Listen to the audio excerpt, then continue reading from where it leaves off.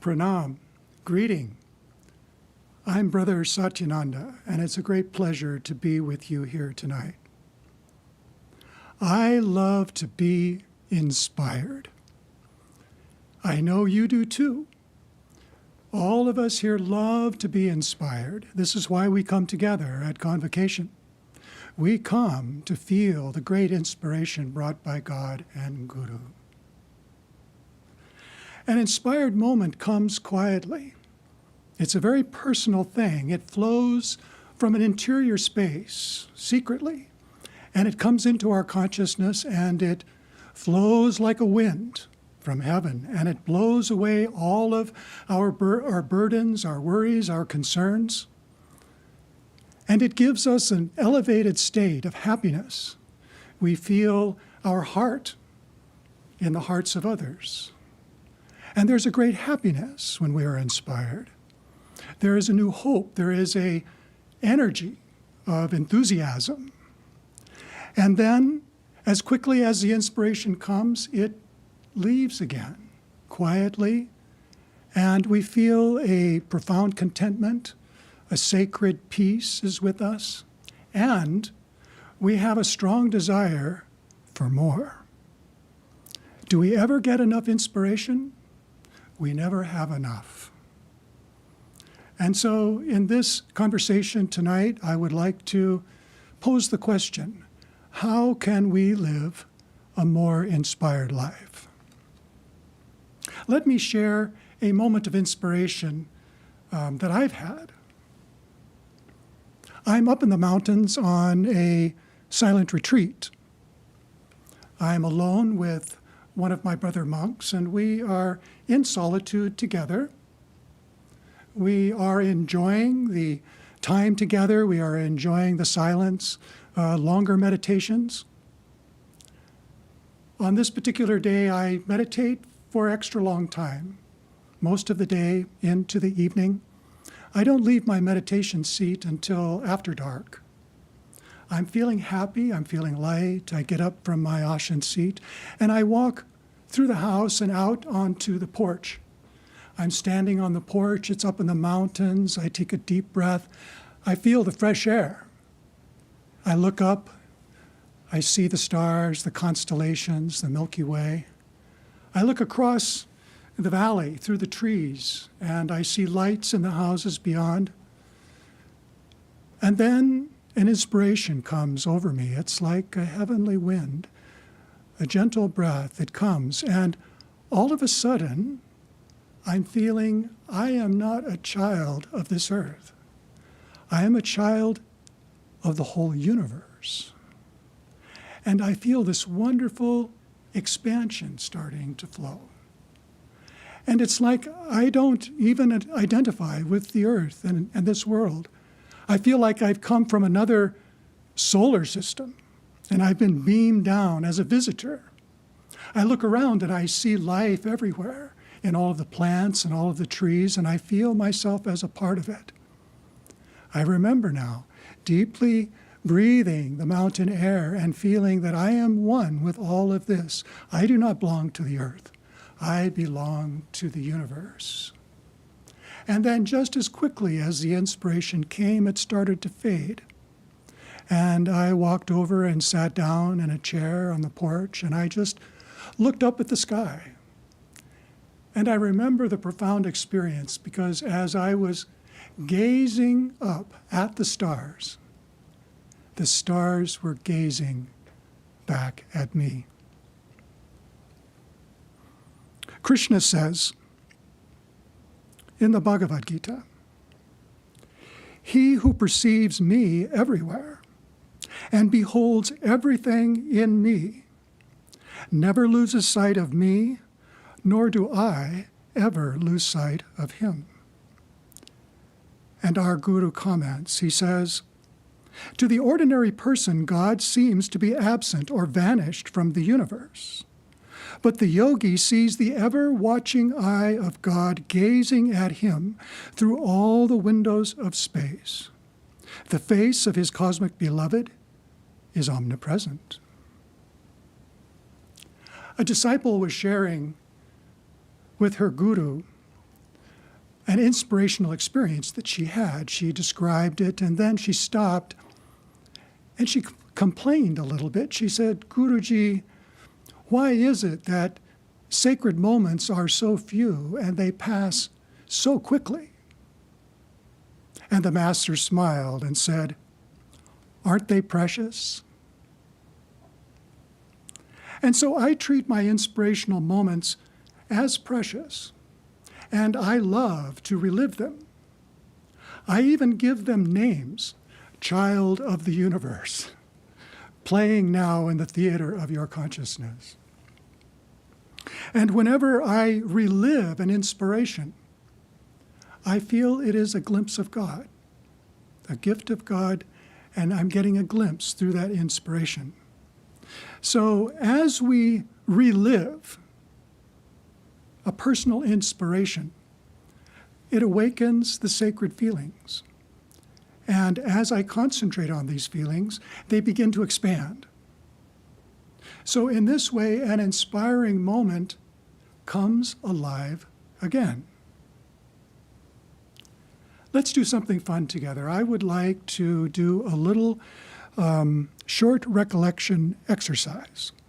So sitting right where you are, watching this class, try to recall, in the recent past or distant past, a moment of inspiration in your life. It may have been short, it may have been long. It definitely transported you. It gave you comfort, it gave you peace, it removed all worry and sorrow from your life momentarily. Think now for just a moment.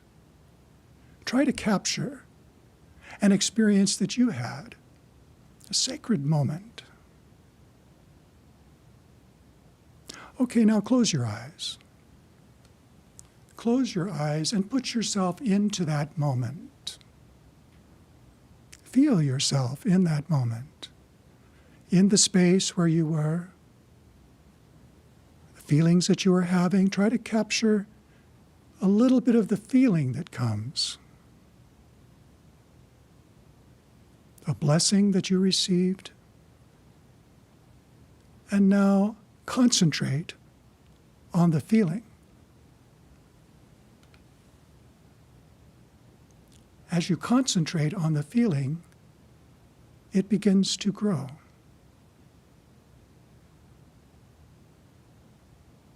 Enjoy this feeling just a little while.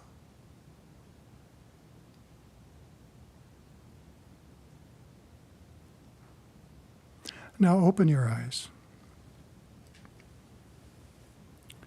This is just a beginning, and I would like to think that after this session is over, you might continue with this exercise. It has a wonderful effect because it has the power to reawaken a sacred moment, and we can feel again those sacred feelings. Sister Gyanamata, a beloved disciple of our Guru, she gave profound advice to her sisters in the ashram. And once she was responding to a sister who evidently was complaining about some devotional dryness. And Sister gave one of the best pieces of advice that I've heard, and I go back to it often. She said very simply, relive your spiritual experiences. Relive your spiritual experiences.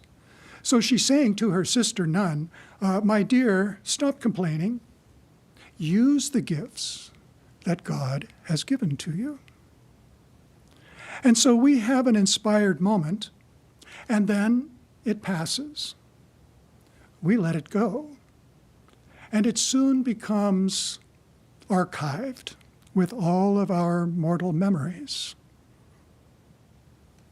We think it's gone, but actually, inspirations are from the soul. They carry a sacred magic.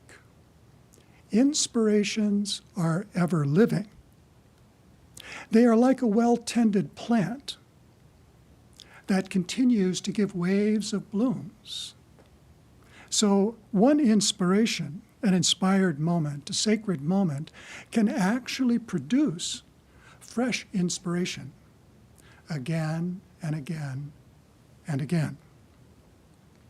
Listen to these words of Guruji. Every devotee should meditate on his transcendent, blissful self and preserve that ever newly joyous state of consciousness. Every devotee should meditate on his transcendent, blissful self and preserve that ever newly joyous state of consciousness. Well, we may think, oh, I'm not aware of my transcendental, blissful self. But a passing inspiration does reveal this, even if just for a moment. It's there and then it's gone, but something sacred remains. A glimpse is enough. God is giving you a glimpse through a passing inspiration. So let me rephrase Master. Meditate on a glimpse of your transcendent, blissful self and preserve that ever newly joyous state. Now that's something maybe we can do. Meditate on a glimpse. So when we are recollecting or reliving a personal inspirational gift from God, it may only be a glimpse. And yet that is a gift. It's ever living. We can concentrate on it and it will grow. So here, Master is empowering each of us to be a mystic, using the gifts of God. And instead of complaining, try recollecting, try treasuring, try preserving. And with a little practice, inspirational moments can continue to inspire you over and over again. Let's listen to these words of our Guru from Second Coming of Christ. All who maintain the steady flame of spiritual ardor will surely be ready and able to receive the Divine One when unexpectedly he enters the inner chamber of consciousness, perpetually lighted by the devotion of the heart and the wisdom of self-realization. So we can maintain this steady flame of spiritual enthusiasm by keeping inspirational gifts alive in our heart. And then even during passing dark dreams of Maya, we will find that inspirations give us strength and help to sustain our spiritual enthusiasm. Guruji had his inspiration tested, and he too had to defend his profoundly inspired life. When Guruji came back from India in 1936, he was surprised by his beloved disciple Rajarsi Janakananda with a new property. Rajarsi had purchased for his master a beautiful site and built a hermitage on the promontory down in Encinitas. And Master was thrilled. This is just a beautiful place for him to not only get away on retreat, but also to share with others. And shortly after 1936, a few years later, Guruji built a temple there. It was right on the bluff, overlooking the ocean, overlooking the beach and the ocean. And Guruji loved this temple. It was his dream temple.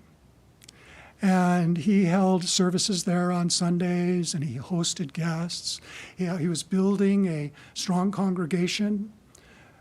Part of the design of his new temple included a platform, a little room up on top, where he could meditate. And he had a full view of the horizon between the sky and the ocean. This was a dream come true for our Guru. And then, one day, in June 1942, the bluff underneath the temple started to give way. And the temple shifted to one side, and Master watched as his dream temple slowly slid into the ocean. Was there a feeling of loss? Absolutely. Painful disappointment? Certainly. Was he angry, distraught, or despairing? No. Master composed and offered this prayer to his Heavenly Father right after this event. In sickness or health, in sorrow or joy, in poverty or prosperity, in disaster or security, in death or life, I stand unalterably, immutably, unchangeably loyal, devoted and loving to thee, my Heavenly Father, forever, forever, and forever. So Master is serving God. He's doing God's work. He's making great sacrifice on all sides to try to promote the mission of the Lord and of Mahavatar Babaji. And then he designs and builds a dream temple, and God allows it to slide into the ocean. This was a test for him. And this was his response. I stand loyal, devoted, and loving to thee, my Heavenly Father, forever, forever, and forever. So this is more than a prayer. This is a declaration, a personal declaration. And in the context of Master's times, that is in 1942, World War II was raging.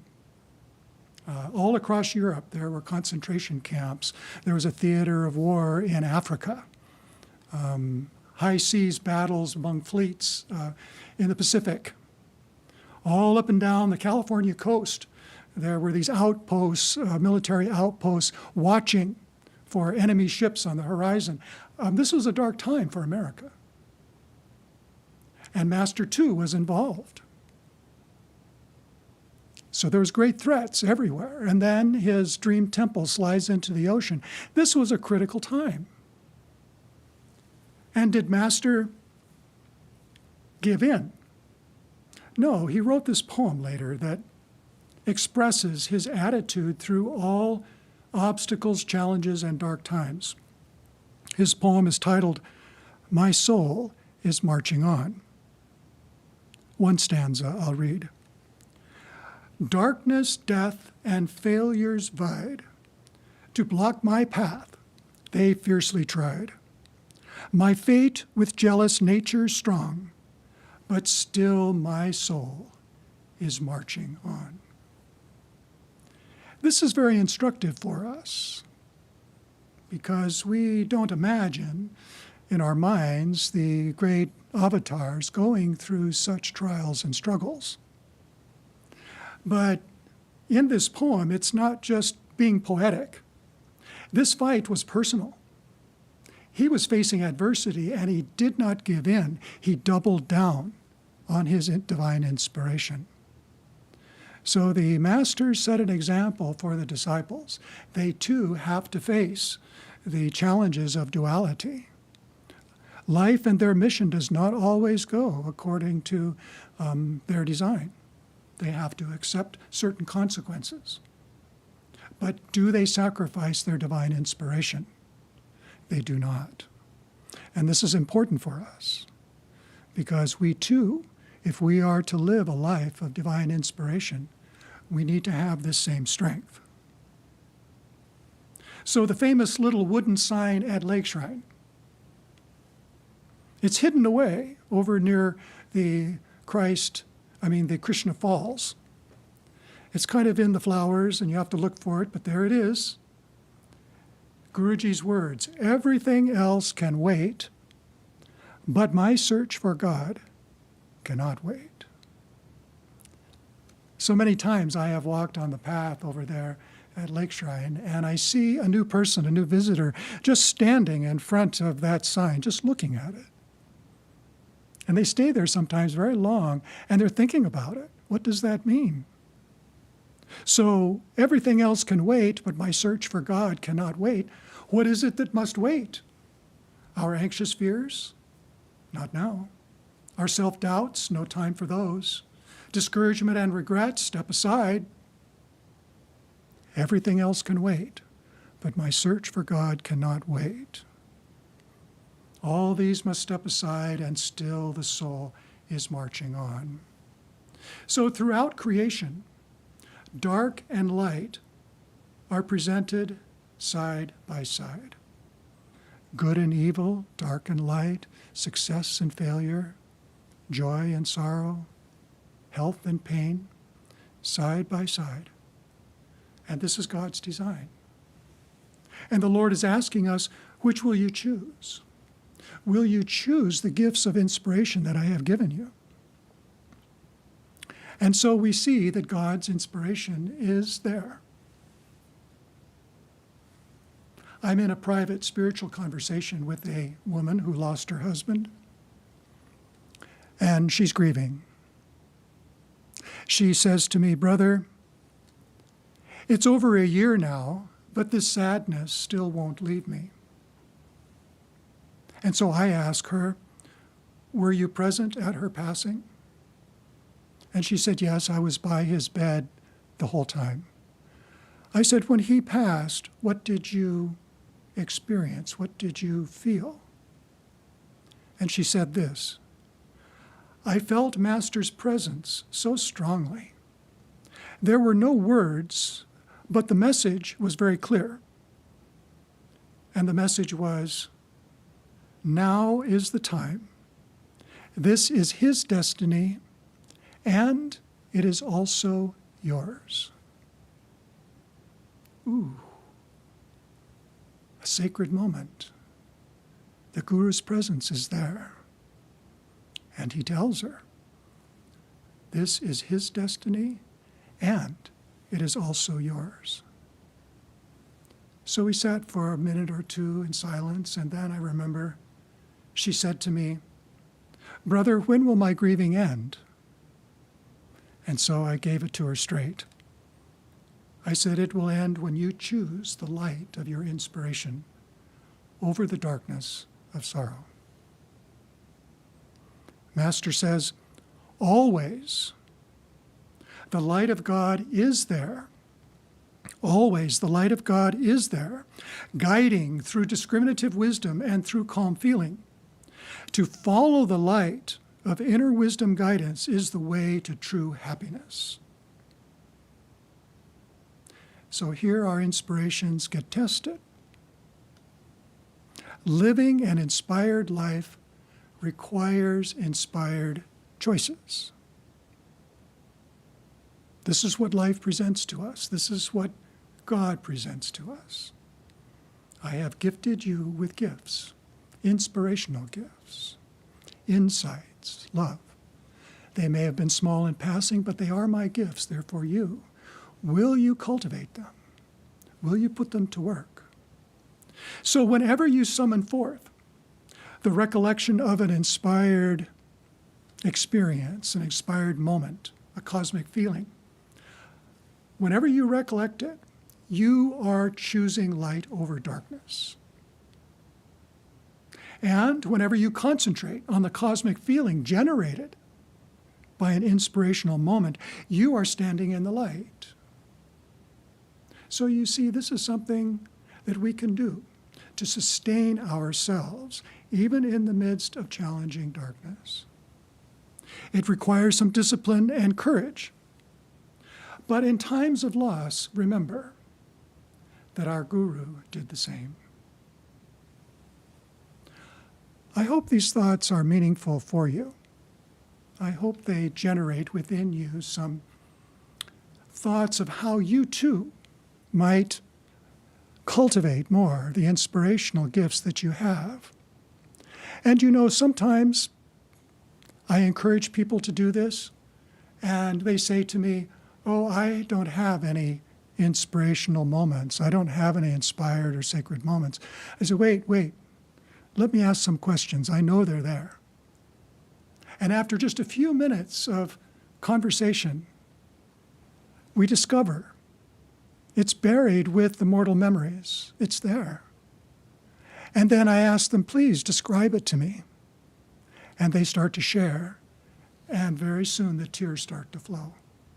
They're feeling again the power of the inspirational gift. It was neglected. It was forgotten. So we can draw it up. We can recollect it. We can relive it. And it will bloom. So one more recommendation to help us to live a more inspired life. The last one is perform actions as offerings of the heart.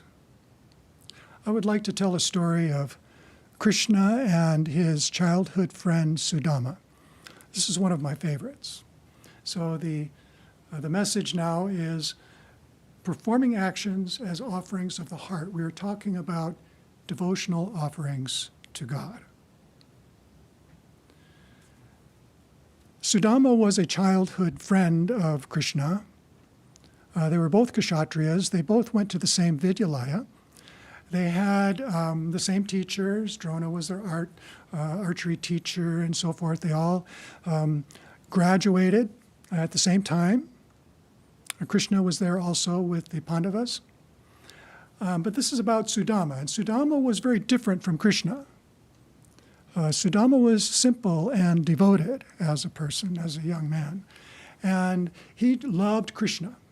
And of course, he recognized the sacredness of Krishna, his divinity. He saw the divinity in his friend and worshipped it. So Krishna really was his Ishta, his guru. When they graduated, they went different ways. Krishna went off to become a king. He founded the city of Dwarka. He became a warrior and Satguru. Sudama, on the other hand, he went the other way. He became a simple householder. He had a wife and children. But he was a very devoted person. He was an ecstatic babu. And he couldn't hold down a job. So the family was always poor. They had children to feed. He would have a job, he would earn some money, they would get some food, and then he would wander off in ecstasy and he would lose his job. So one day, as this story goes, Sudama has again been dismissed from a job, and his wife sees that they have very little food in the house to feed their children. She's seen the pattern with her beloved husband. She's a good woman, and so she devises a plan. She goes to her husband and she said, "Dear husband, we have very little food in the house and you have again lost your job. We really, really need help. If you go to your dear friend Krishna, who is the king in Dwarka, he will help us. I know that he will give us whatever we need. Please, dear husband, I beg you, go and ask this favor of your dear friend Krishna, the king." Sudama does not want to do it, but he realizes the plight, and so he agrees to go. The next morning, he is in a fresh white dhoti with a white chadar, and his wife comes up and she says, "We don't have much, but you have to take an offering to the king. Here in this little pouch is some rice that I have cooked. It's all we have to offer. Here, please give it to your friend Krishna, and remember, you must ask him to help us. We desperately need his generosity." And so Sudama then, he takes the rice and he tucks it into his dhoti, and he leaves the simple little hut and walks down the lane out onto the road, and he heads toward the great city of Dwarka on the Arabian Sea. As he's walking along, he's in ecstasy, he's in joy, thinking, "Oh, I'm going to meet with my friend Krishna, whom I've not seen for years. He is my great friend and guru." And so he walks along happily. The sun sets and he spends the night by the road. The next morning he gets up and he comes within the sight of the city, great expectations. He comes up to the gate, the main gate of the city, and he walks in. And he happens to come on the day when Krishna is greeting all the people who would like to greet him and ask for favors, ask for help, ask for support. And so people are filing into the great hall of Sudharma, and Krishna is sitting on the throne. He is receiving these guests. He is listening to each one individually and giving them help or assistance, encouragement, and support. So Sudama just walks up past the guards. He walks into the hall. There's a long queue. There are many courtiers and royalties around, guards standing there, but they're all just ushering people toward the king. So Sudama takes his place and he starts to move slowly forward in the queue. And then Krishna looks up in the line and he sees Sudama. And according to the story, he gets up from the throne and he comes down the stairs and he walks over to Sudama and he embraces him. And then he takes his arm around him and he leads him up to the throne. Everyone is watching and saying, "Who is this simple sadhu? He must be someone special." And then, according to the story, Krishna sits down on the steps. He's just sitting there on the steps of the throne with Sudama next to him. And he says, "Oh, my dear friend, we have not seen each other for so long. Please tell me about yourself." And Sudama is in heaven. And so he starts to tell about his life and what's going on and shares with him his devotion for Krishna. And he takes the dust of his feet and he can hardly speak because he's just so overjoyed to be in Krishna's presence. And then finally Krishna gets playful and he says, "Sudama, have you brought something for me?" "Oh, no, Lord, everything is fine. Lord, it's just so happy to be with you." "Sudama, have you brought something you wish to give me?" "Oh, no, Lord, no, Lord. Sudama, give me the rice." And so Sudama remembers, and he's very embarrassed in this royal hall. He pulls out this little pouch of cold rice, and he gives it to Krishna. And according to the story, Krishna opens it up, and he begins to eat it eagerly. And he says, "This is the best rice I've ever tasted. I love this rice. This is a wonderful offering." Sudama finishes the rice. Krishna finishes the rice, and then he said, "Sudama, is there anything else? Would you like to ask anything of me?" And Sudama says, No, everything's fine, Lord. It's just wonderful to be with you. I just overflowing with love and joy being in your presence." Krishna says, "Very well then, it's wonderful to have you."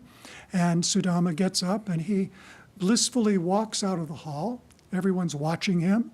They can't believe the drama that just took place. Sudama walks past the guards, down the steps, out onto the main road, out of the city, through the gate, and out onto the country road leading back to his village. He's walking along, chanting Krishna's name. He's in so much joy. He's about halfway home, and the sun is close to setting, and he remembers. He forgot to ask a favor for his family. He didn't fulfill the mission that his wife has sent him on. Poor Sudama stops. He's paralyzed. Maybe we can envision him turning around and around in the middle of the road. He doesn't know whether to go back and ask the favor from his friend Krishna or to go back and face his wife. So let's leave Sudama there in the middle of the road for a few minutes. We'll come back and we'll finish the story soon. Krishna says in the Bhagavad Gita, "The reverent presentation to me of a leaf, a flower, a fruit, or water given with pure intention is a devotional offering acceptable in my sight." And Guruji says, "Offering oneself completely is the greatest offering. But God happily accepts and is well pleased with any offering given with the right spirit. This stanza also means that man's most fleeting thought and most trifling action may be used as stepping stones toward the Lord's presence. Offering oneself completely is the greatest offering." This is our core truth, because this sets up a powerful transformation. We offer up our humanity, and we receive back the gift of divinity. And this teaching is very mystical because it builds a bridge between our human forgetfulness and our inspirational remembrance. So let's talk a bit, just a moment, about offering oneself completely. First the attitude and then the action. Offering oneself completely is the greatest gift. It's the greatest gift that God can receive. What is the right attitude for making that kind of offering? The attitude is really very, very simple. Desire for connection. Desire for connection. That's the most pure attitude that we can have when making an offering to the Lord. Connection is more important than the offering itself. So Sudama, his whole purpose was darshan. That was his whole purpose. The rice didn't matter. He forgot about it. The family problems didn't matter. He forgot about those. The only thing that was important was the darshan. Seeing the Lord, being in the presence of the Lord, receiving the Lord's blessing. And here the story, the scripture, and Guruji's teachings converge because our desire for darshan, for devotional connection, is the most important part of any offering. And it is the most important to God. So what is true for us is also true for the Lord. Loving connection with you is more important to God than whatever you may be offering. Isn't this beautiful? It's so beautiful because it sweeps away the whole dream drama of Maya. Everything is so complex. There are so many variables. There are so many different values. We don't know how to assess. And the Lord is saying, whatever you bring, as long as you bring it with the intent of darshan, that is, devotional connection. So any part of our human experience can be offered and will be received. Krishna says, a leaf, a flower, a fruit, water, given with pure intention. Guruji says, your most fleeting thought and most trifling action may be used as stepping stones toward his presence. So success, failure, joy, sorrow, grief, guilt, shame, all the burdens of life can be offered and transmuted. This is a beautiful teaching. And this is especially true and useful for painful events that have no possible human closure. Making an offering can bring resolution. I'm talking with a man who lost his son. His son was a soldier in the United Nations peacekeeping forces, and he died in a battle skirmish. The father did not have a chance to say goodbye to his son, and the grief was incredible. And so we talk, and he says, brother, what can I do? I have no closure on this. And I said, well, there's only one thing. You have to make it as an offering to God. Offer the whole thing to God. Offer the situation, offer how you feel about it, offer your sense of grief and despair. Offer everything at God's feet. And then patiently wait. Make your request. If there's something that you want, make it. But make the offering first. So the father prayed. He meditated. He made his offerings. He waited. And he waited. His faith was tested. And after some months, he got back with me. And he said, brother, I had a dream. I had a dream, and in my dream, my son came. And he was more real than life itself. And he said to me, Father, it's me, Daniele. I'm not dead, Father. I am alive. Everything is all right. And so he received the reassurance that his heart was craving. And then he told me, I had to wait. My anger and grief was in the way. I had to wait before I could be receptive. So for a devotee, nothing in this life is ever complete. Nothing is ever complete until it is offered directly from your heart to the heart of God. So this is the attitude for making devotional offering. The attitude is connection, just the desire for connection. Now the action. So making the offering of yourself, this is the most valued offering that God wishes to receive. It requires more than just a passing thought, but it does not require an elaborate puja. This is an internal experience, an internal offering that you can make. The ultimate offering is very private. It's a contemplative action. And I think it's best summarized in our Guru's cosmic chant, "At thy feet." Listen to the words of our Guru's chant. Listen to my soul song, listen to my heart song. In secret, in my soul, I will gather blossoms for thee. Dipping them in devotion, I will lay them at thy feet. So here your relationship with God transcends all human experience. The dream of Maya is swept away, and the law of karma is replaced by the law of divine love. Listen to my soul song, listen to my heart song. In secret, in my soul, I will gather blossoms for thee. Dipping them in devotion, I will lay them at thy feet. So allow me to interpret this chant in the light of our conversation here. In secret in my soul, when we close our eyes, we enter, as Guruji says, into the sanctuary of stillness. And here we can be inwardly alone with God. So when you close your eyes, you can think and feel that I am alone with God. In secret, in my soul, in solitude with God. I will gather blossoms for thee.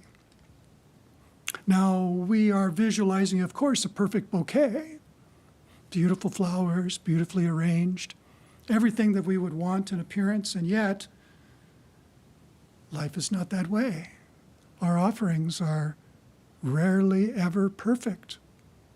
And flowers do have thorns. Think of the lovely fragrant rose. It also has thorns. So ultimately, we end up offering that which makes us bleed. The offering is mixed. We are giving our best, but it is far from perfect. I will gather blossoms for thee. Dipping them in devotion is that pure desire for darshan, our love for God, that desire for reverent connection. I will lay them at thy feet. This is the action itself, the offering itself, the streaming of energy. It is not a passive thing. It is not just presenting yourself or trying to imagine that you are in God's presence. There is an action of streaming your heart energy into the heart of God. It's from your heart to God's heart. It is an act of will. You read or hear any time when Master was praying deeply to God, and it was very intense. There's an intensity of will. There's an intensity of devotion there. So I will lay them at thy feet is a streaming of heart energy directly to the feet of God. And then as part of the action, there is the power in repetition. So not just offering one time, because we are learning at this, we are growing at this. Repetition has a magic, same as Kriya Yoga Pranayama, as affirmation, as mantra. The repetition is what brings the force. So making the offering again and again, not just one session perhaps, but several sessions.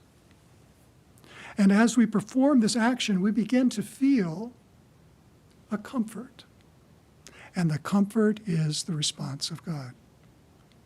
And then we can begin to concentrate on that loving exchange, that loving comfort with God. So whatever is placed on the altar becomes love for God. This is the law of God. It transcends karma. It transcends cause and effect. It is the law of love. So now we come back to Sudama. Remember, he's standing in the middle of the road. He doesn't want to go back to ask favors of Krishna. He does not want to go face his wife. What does he do? He deliberates and he finally decides, I have no choice. I have to go home. So, grudgingly, he begins to walk slowly. It's nighttime, it's dark, and he's walking on the main road. He comes over the hill, and his village is down below, and he sees this light. What is this light? The sun has not risen. And he walks toward his lane where the hut is with his family, and the light gets brighter, and he gets closer to where he lives, and he sees not a hut, but a great mansion. And it's lit brightly with oil lamps. There's people gathered around outside, all of his friends and his neighbors. His wife is there with his children. They're dressed in refined clothes. She sees her husband and she comes running up to him and she falls down and takes the dust of his feet. And then she embraces him. And she said, "Oh, dear husband, thank you, thank you, thank you. Your dear friend Krishna has blessed us far beyond anything we could have imagined." Sudama is astounded, he's amazed, and then he realizes that without even asking, Krishna has provided more than he could ever have dreamed. And so this is a beautiful end to a beautiful story. It is a story about offerings. It is a story about divine grace and how grace responds to our pure devotion. So let's close with a secret. Offering oneself completely is the greatest offering, but something holds us back. What holds us back?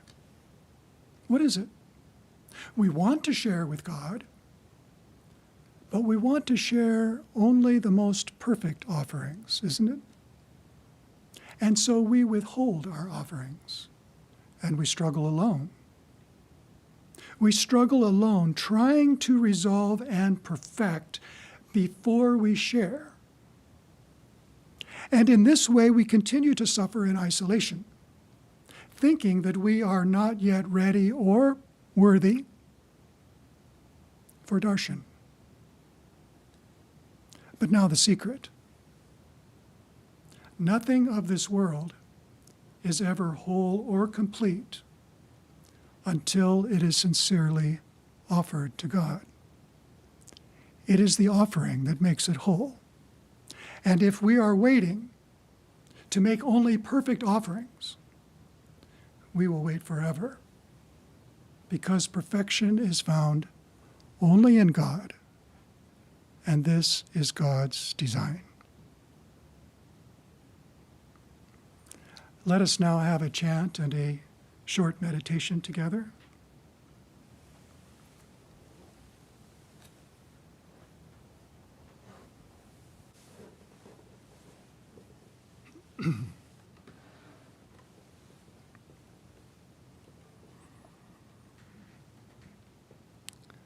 Close your eyes and feel the meaning of this cosmic chant that we have discussed tonight. Listen to my soul song, listen to my heart song. In secret, in my soul, I will gather blossoms for thee, dipping them in devotion. I will lay them at thy feet. After we chant, let us meditate quietly, making our heartfelt offerings to God.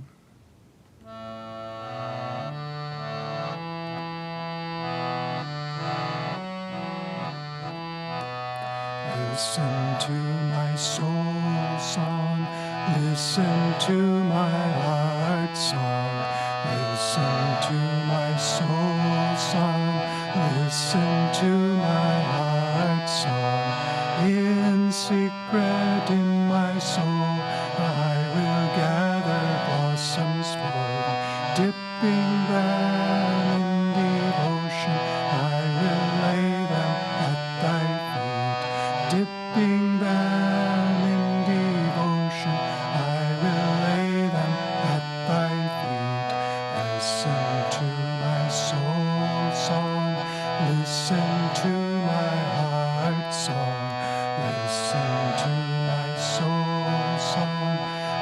Listen to my heart song. In secret in my soul, I will gather blossoms for you. Dipping them in devotion, I will lay them at thy feet.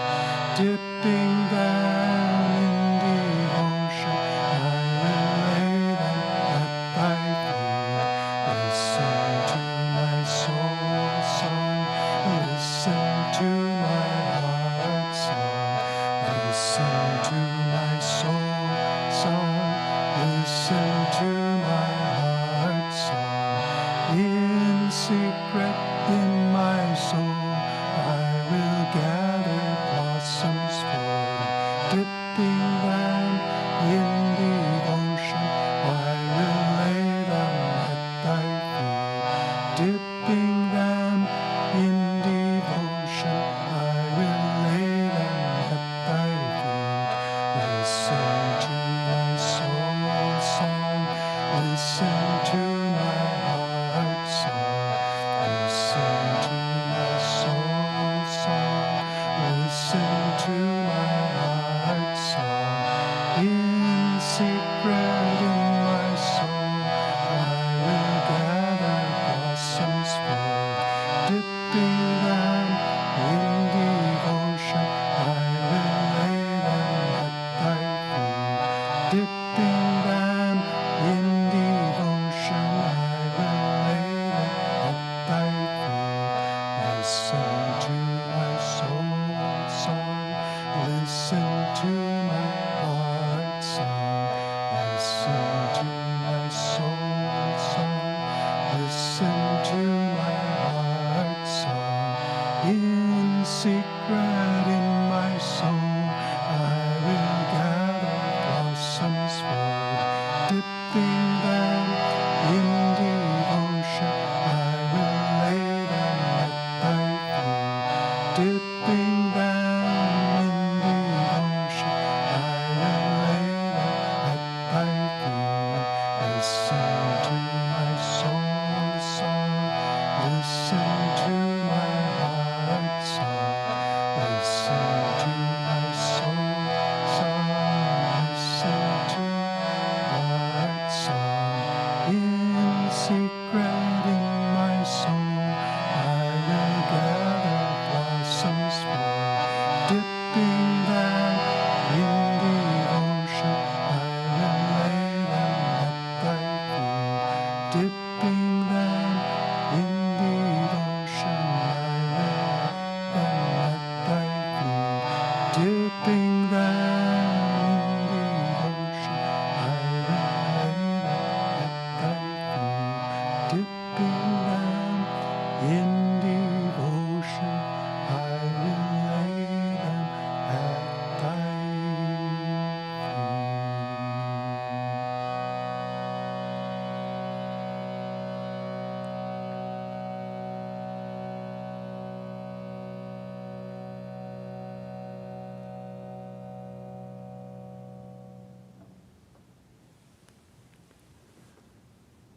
With your eyes closed, feel that you are alone with God.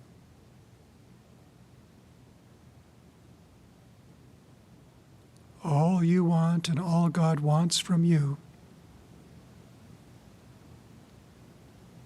is completely sharing of yourself.